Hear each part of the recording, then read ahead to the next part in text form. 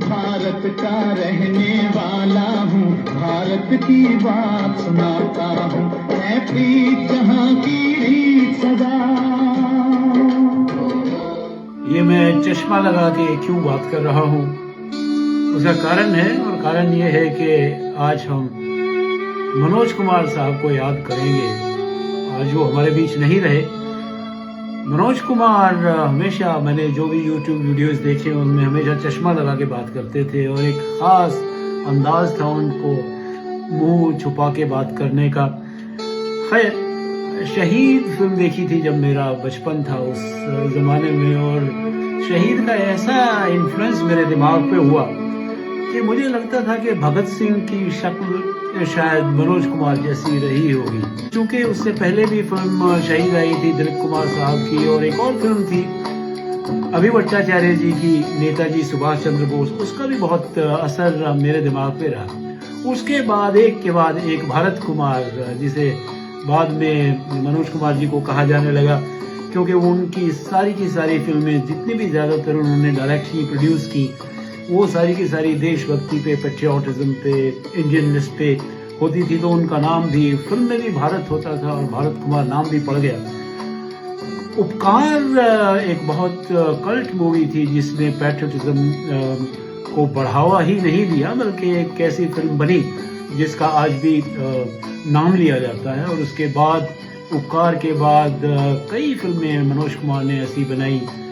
रोटी कपड़ा मकान बनाई, पूरब और पश्चिम बनाई, क्लार्क बनाई, क्रांति बनाई।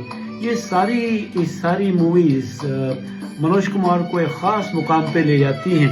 मनोज कुमार की बहुत सी फिल्में ऐसी हैं जो कमर्शियल भी कही जा सकती हैं, बॉक्स ऑफिस पे हिट रही। सन्यासी, पहचान, 10 नंबरी, यादगार, सावन की घटा, साजन, और न जाने कितनी ही मूवीज ऐसी। वो कौन थी, कांच की गुड़िया, गृहस्थी, हिमालय की गोद में, दो बदन, ये ऐसी फिल्में थी जो कमर्शियल फिल्में कहलाई और बॉक्स ऑफिस पे हिट हुई। आदमी दिलीप कुमार साहब के साथ, दिलीप कुमार साहब का बहुत ही तगड़ा एक इन्फ्लुएंस मनोज कुमार की एक्टिंग पे देखने में मिलता है, और कोई दो राय नहीं इसमें। मनोज कुमार ने कभी इस बात को छुपाया भी नहीं कि वो दिलीप कुमार से इन्फ्लुएंस्ड हैं। वो दिलीप कुमार को न केवल अपना व्यू मॉडल मानते थे, बल्कि उन्हीं की तरह से एक्टिंग करना with sudden stops and high decibel rendering of the dialogues Manoj Kumar अपनी फिल्म्स के खुद लिखा करते थे। और कहते हैं शुरू में जब उन्होंने स्ट्रगल करना शुरू किया था तो उन्हें 450 रुपया माहवार मिलता था, जो खाली गोस्ट राइटिंग किया करते थे। तो हर तरह की, जैसे म्यूजिक की भी उन्हें पहचान थी, किस तरह का म्यूजिक, किस तरह के अल्फाज, किस तरह के लिरिक्स उनकी फिल्म में हो, उनकी डायरेक्शन में हो, वो उन सब पे बहुत ज़्यादा तवज्जो दिया करते थे। और एक और ख़ास बात मनोज कुमार ने अपनी फिल्मों के ज़रिए हमें दी कि वो कैरेक्टराइजेशन में बड़ी ज़बरदस्त इम्प्रोवाइजेशन किया करते थे और एक्सपेरिमेंट किया करते थे। प्राण साहब को जब सबसे पहली बार हमने मलंग के रूप में उपकार में देखा, that was a very positive role. उसके बाद प्रेमनाथ को शोर में देखा, ओम प्रकाश, मदनपुरी, इन सब लोगों को उन्होंने एक खास कैरेक्टर में पेश करके हम लोगों के सामने एक ऐसी मिसाल पेश की कि पता लगता था कि हाँ साहब, कोई भी डायरेक्टर किसी भी तरह के टाइप कास्ट कैरेक्टर को भी डिफरेंटली पेश कर सकता है। मनोज कुमार ने 7 बार फिल्म फेयर अवार्ड जीते और एक दफे उनको पद्मश्री भी मिला, और मोस्ट कोवेटेड अवार्ड जो किसी भी बॉलीवुड एक्टर के लिए एक सपना हो सकता है, दादा साहब फाल्के अवार्ड, उनको 2016 में मिला।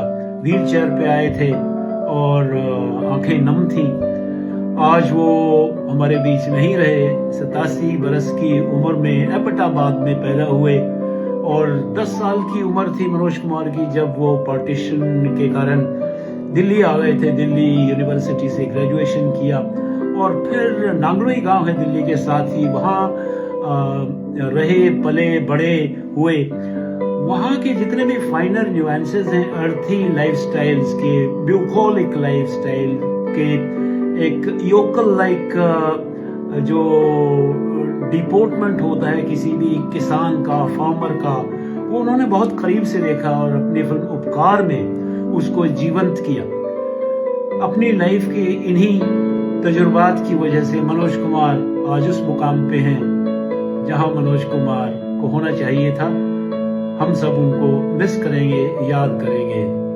मनोज कुमार अमर रहे, भारत कुमार अमर रहे।